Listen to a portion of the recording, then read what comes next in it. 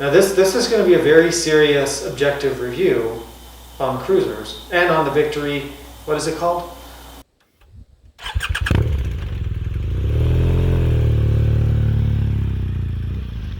We're Big Rock Moto and Outdoors, and we are attempting to do a serious review of a bike that neither of us really are that familiar with. And so would you buy a cruiser? Never. And let's start out with that. We don't really, we're not cruiser riders. Now, it's not that we don't respect cruisers or the people who ride them. Off-roading a 800-pound cruiser. Can you get her turned around, sir? Hard to starboard.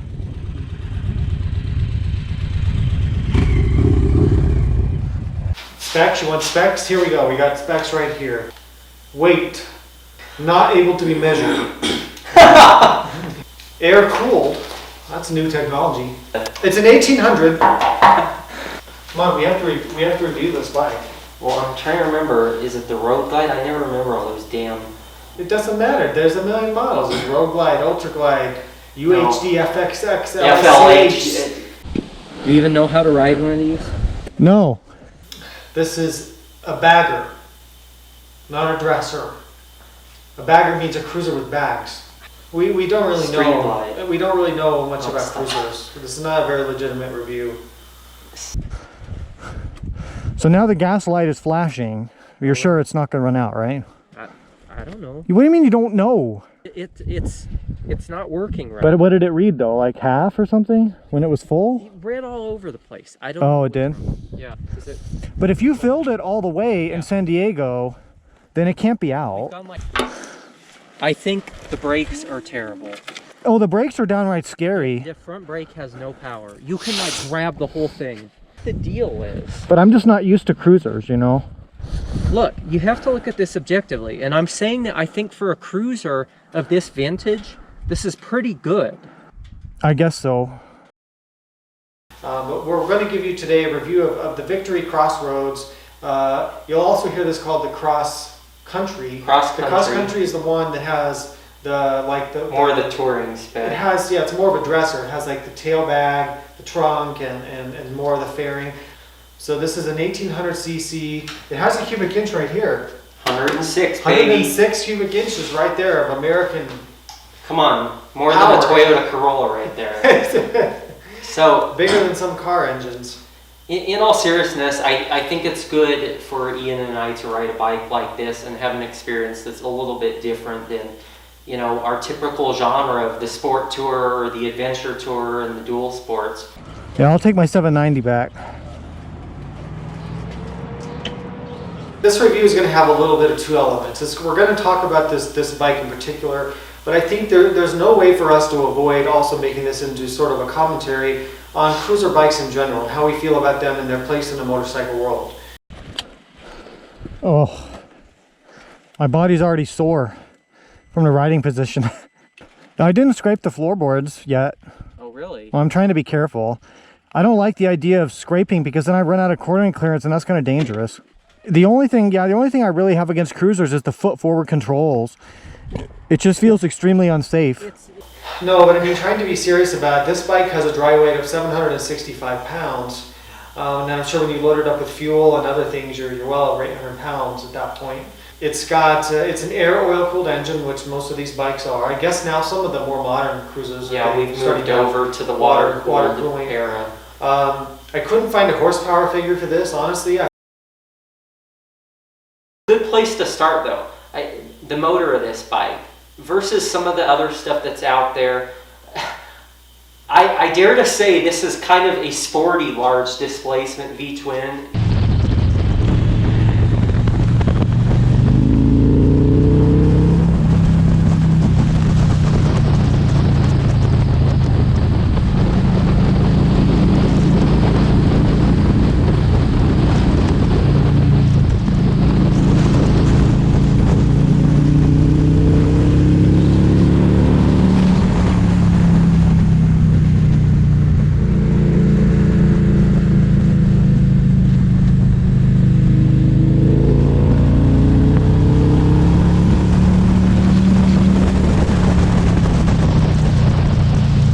they don't need to rev them that much. But the gearing's super tall on one of these on these cruisers. It's like I was probably in third or fourth most of the time. I don't think I was. Yeah.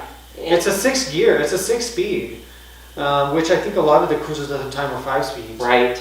And that's actually quite nice on this bike. So I've already done probably about 170 miles on this bike. A good amount of that, over 100 miles, was on the freeway. I did quite a bit of in-town riding, as well as some curvy roads, which, you know, are not really a bike like this element, but... What are these giant induction scoop things in the front? These giant bars sticking out. They add 20 horsepower. I've got my cup holder here. This is where you can put your... I don't think that'd hold up to off-road use.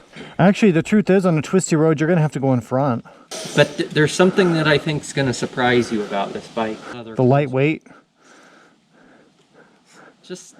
The gearbox was kind of a surprise to me for this. You know, I'm not a big fan of forward controls, but I would say it's got a pretty positive gear change. And well, I felt like there was 2 giant hunks of metal, like ka-chunk, like the whole thing would. Well, I mean, it shifted pretty smooth, I guess, for a 1800cc cruiser. But you felt like something was really happening inside. Oh, definitely. Like it's not like a little snickety-snick gearbox on your sport bike. I can tell you what though, the gearbox on this bike is smoother than a lot of Harleys. Way worse. This is a much more refined gearbox. I think the powertrain compared to, you know, a Street Glide of its day also has more refinement than you'd find there. Well, and you know what? I'm sorry, you're not going to like this, but there are several BMW bikes I've ridden over the years that didn't have this smooth a gearbox. The old GSs, the old Boxers. Yeah. Yeah, the old Boxer motors on the BMWs, they were really pretty clunky. Yeah. But then, okay, so let's talk about Victory though, because Victory, you know, it's a Polaris company, or was. Now it's kind of gone away. They've replaced the brand with, not replaced it, but now they're focusing on the Indian brand, and they're not producing motorcycles under the Victory name anymore. Right. But they brought it out, so Polaris is an American company, and they make a lot of side-by-sides, different power sport products. I actually have one of their quads, and it's really a good unit. But they brought out the Victory line, I don't know what year, we'll put that here. I'm not sure what year that they came out with. And so it was your only like large-scale American alternative to Harley. If you wanted an American company, American-built motorcycle that wasn't a Harley, which honestly I don't think that was a problem, that was a question that many people were asking. But if it was, if you did want an American bike that wasn't a Harley, this was kind of it. Right, and now you've got Indian. Look, it's both the thing that attracted some people to the brand and the thing that also might have helped kill it off. Let's just be honest, it doesn't have the brand cachet of Harley Davidson. But at the same time, there was a group of riders that really wasn't into the whole Harley image. And, you know, we could go on and on doing videos about that whole image piece of it. And it feels a degree of sportiness above. Sportiness. You've got an 8-foot tall windshield in front of you, and the bike weighs almost 800 pounds dry. So cameraman, I have a question for you. Have you ridden this motorcycle yet? But I can judge it anyway. But I've heard people say I wanted a Victory because I couldn't ride a Harley Davidson. I just, for whatever reason.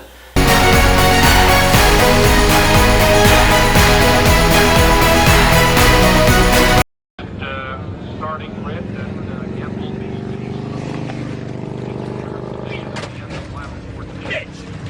That was who they were targeting. They were trying to get some people that felt underserved, that didn't necessarily want one of the Japanese cruisers at the time, wanted that style of you know, a Harley Davidson, that appeal. And I think Polaris hoped that it would take off in the same way. And unfortunately, it just didn't. But when they brought the Indian brand back, you know, full scale, I don't remember what year, maybe around 2015, 16, somewhere around there. Yeah.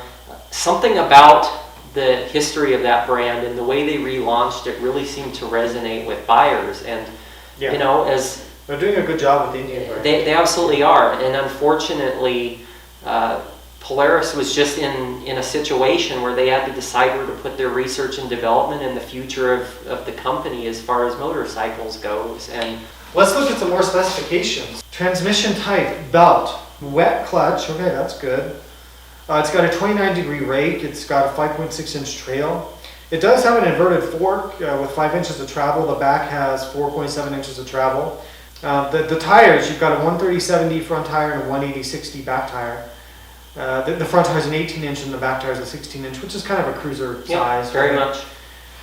They didn't go too crazy with the rear tire width, like some of those, like were they like muscle cruisers or something? Yeah. Where they put the huge rear Where you've tire got on? stuff, 235, Yeah, I don't or understand that 250 at all. with tires even. But this only has a 180, and we were saying that the handling, the turn-in on this felt pretty natural. Yeah. It didn't feel too bad. Look, let's be fair here. I'd like to pause there and say I was pleasantly surprised the first time I hit the off-ramp on this bike, because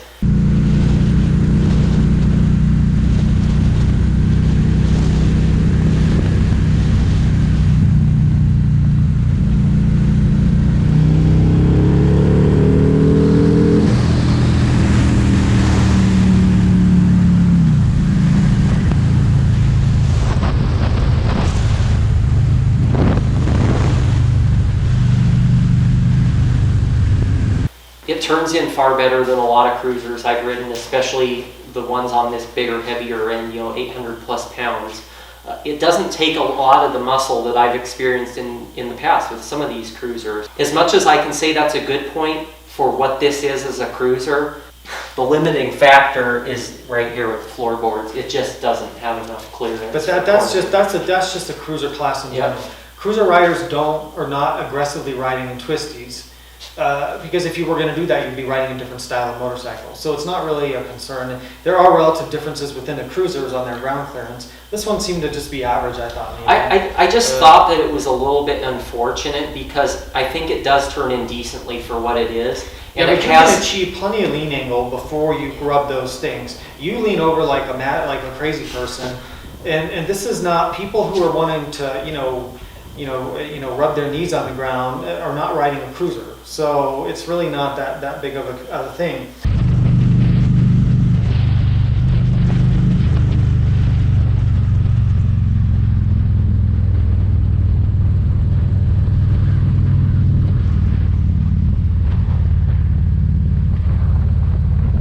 One thing I was just looking at the specs is that it strikes me is I'm used to reviewing adventure bikes, and we're always talking about seat heights that are like 34 or 35 inches. This is a 26-inch seat height. Yeah. Maybe that's a big reason too why cruisers are popular, because when you sit on it, it feels really low to the ground. It's very low slung compared to other genres of motorcycles, right? Yeah. Oh, okay. Oh, good Lord. What has happened to my life? I think for a lot of people, that helps with the intimidation factor. Unfortunately, you're still talking 800 plus pounds, so you better be strong. And that's the thing, I was actually shocked at how cumbersome the slow and almost dangerous the slow speed handling is. Now granted, I'm not used to big cruisers or cruisers at all. Part of it's to do with the rake of the front suspension, right? Yeah. But the part of it's to do with the weight. You really have to pay attention maneuvering this thing around. And just trying to move it in here to get the position for the camera, it's like you really have to be careful, and you feel that weight.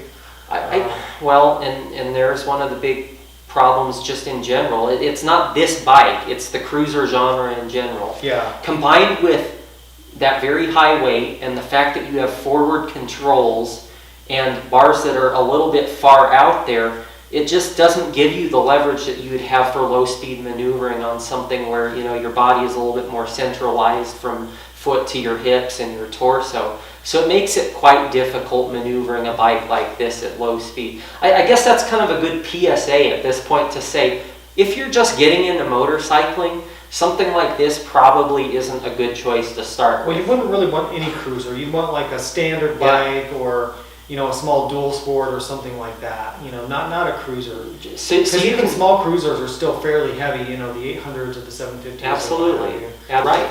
They feel almost dangerous. Show my stomach fat here.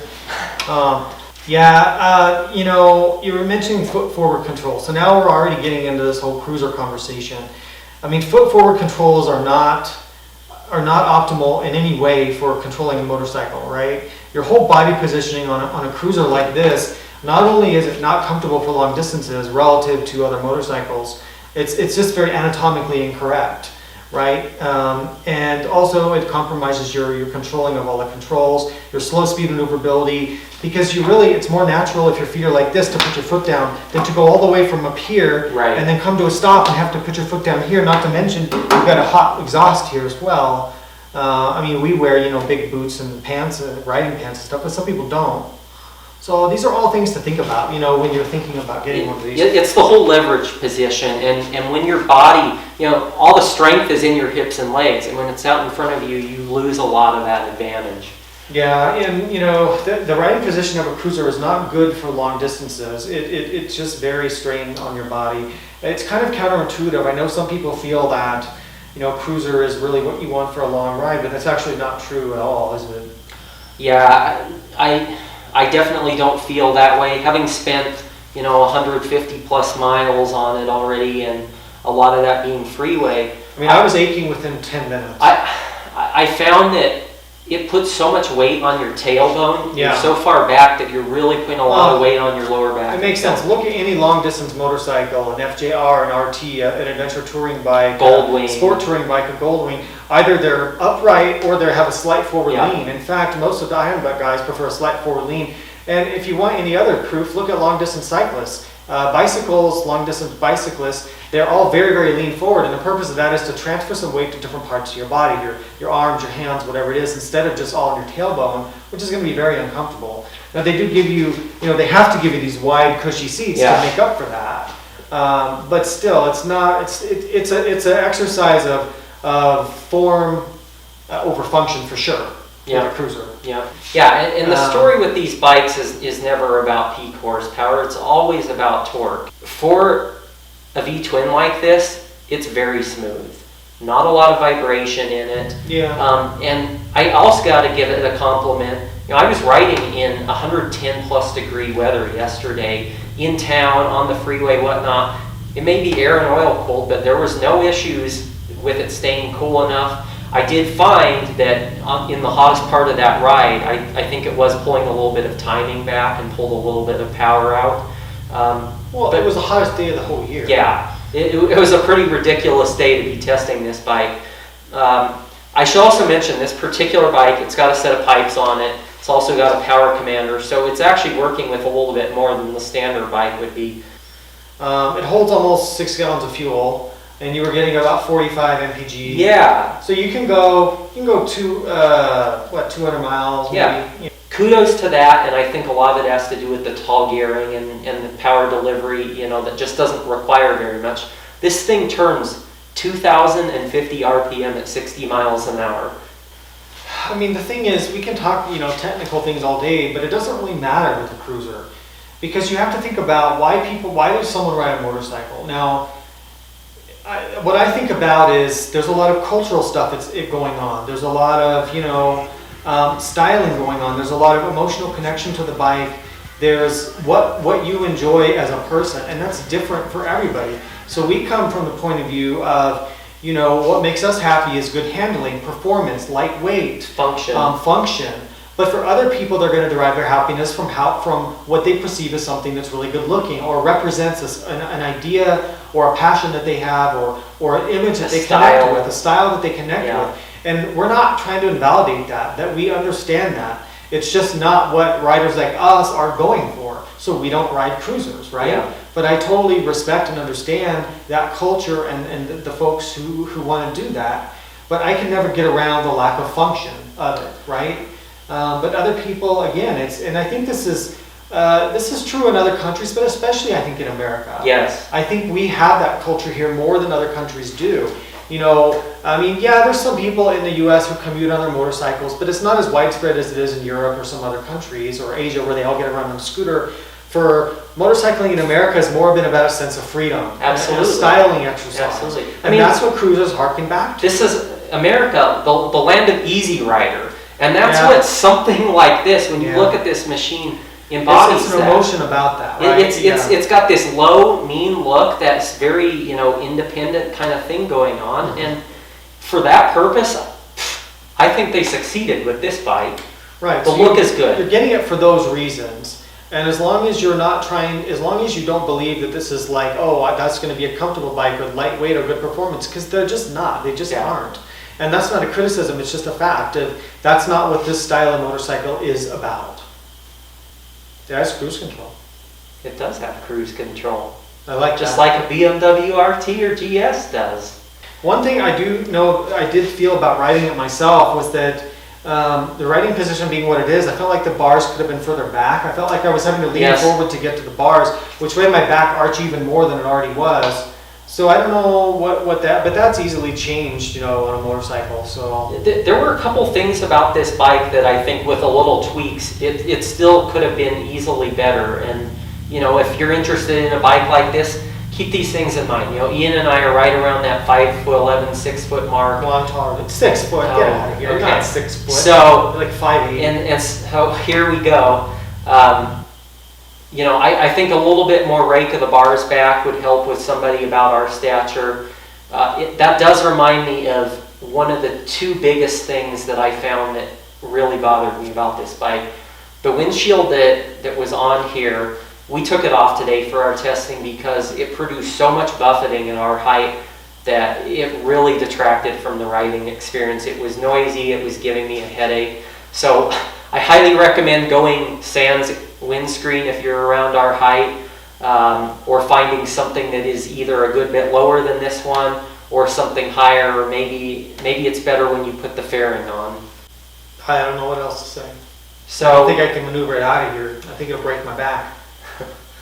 I'm going to get a hernia maneuvering it. You have some potential here to change things up the way you want. You know, you can have a little bit more of that, you know, touring style cruiser. You can put the backrest on, you can have your fairing, you can have your windshield that's attached to that fairing, get some more wind protection.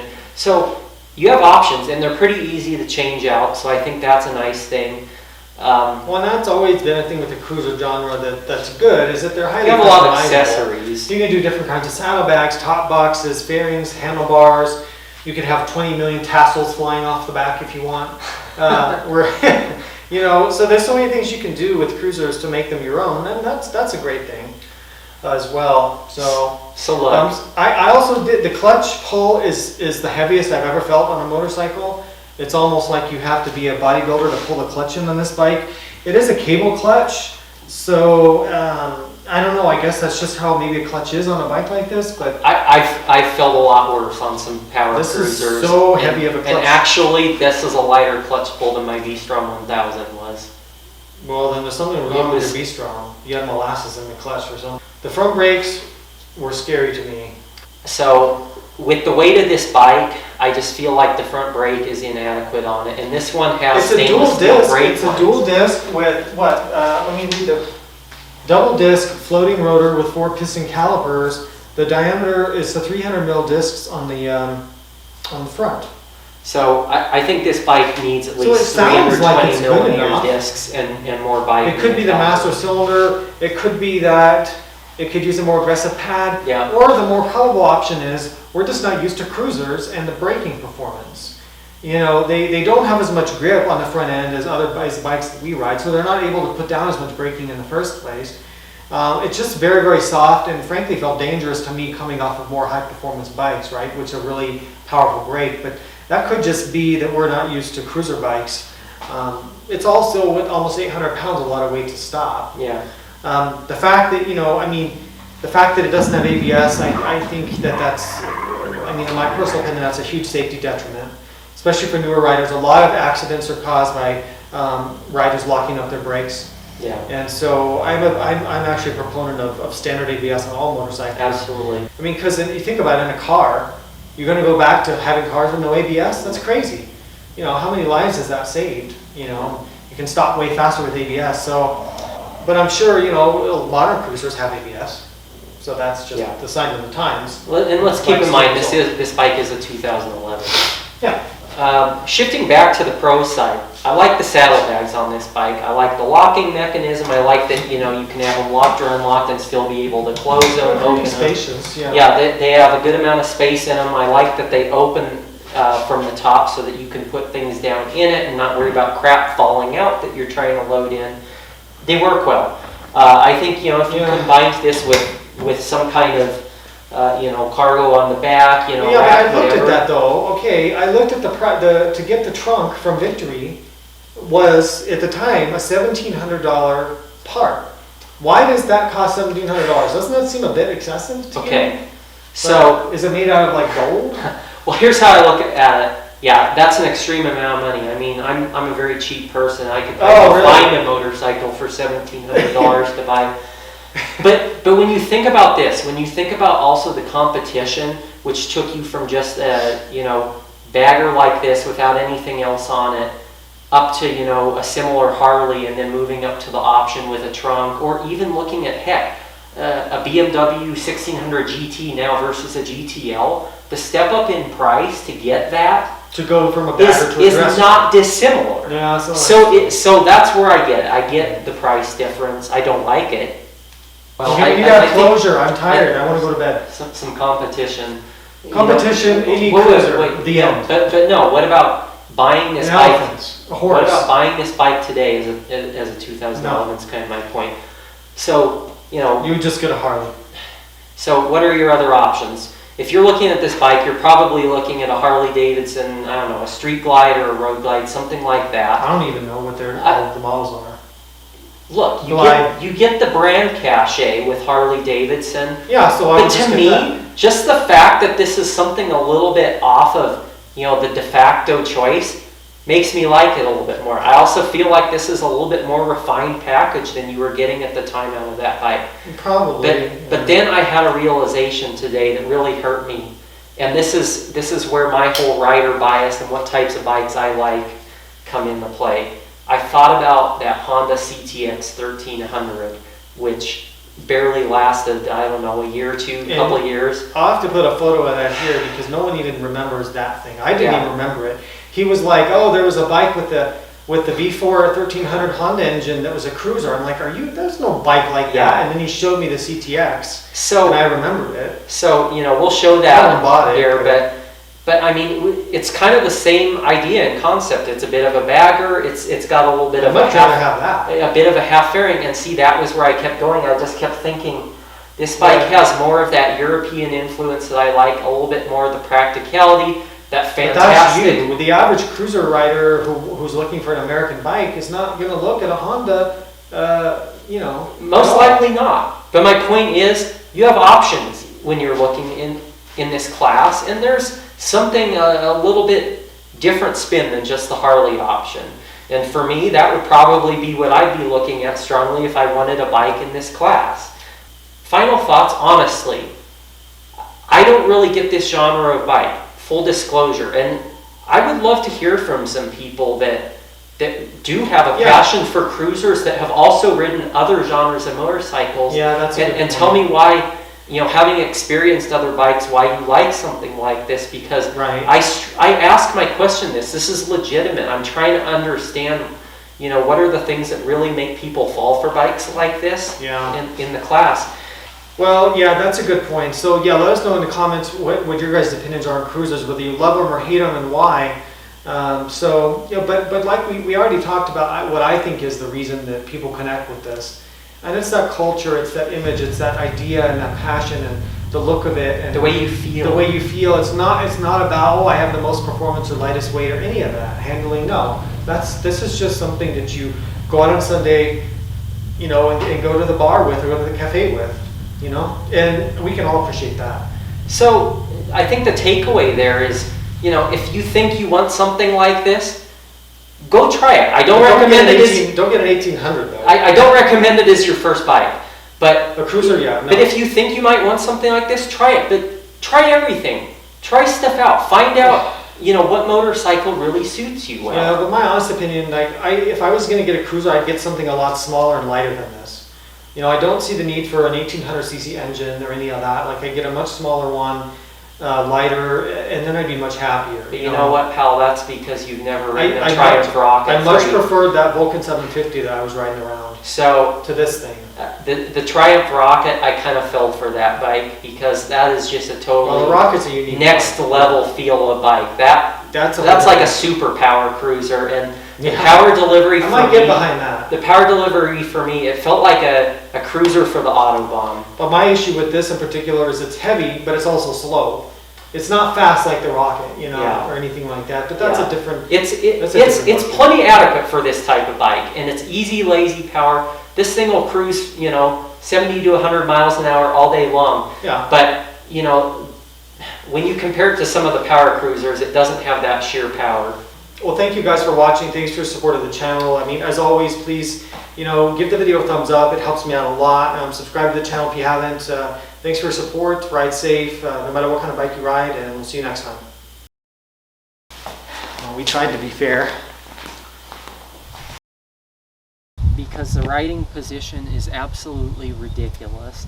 At low speed, having your feet out in front of you like you're in stirrups getting your pap smeared really doesn't lend itself well to controlling 9,000 pounds of earth-crushing weight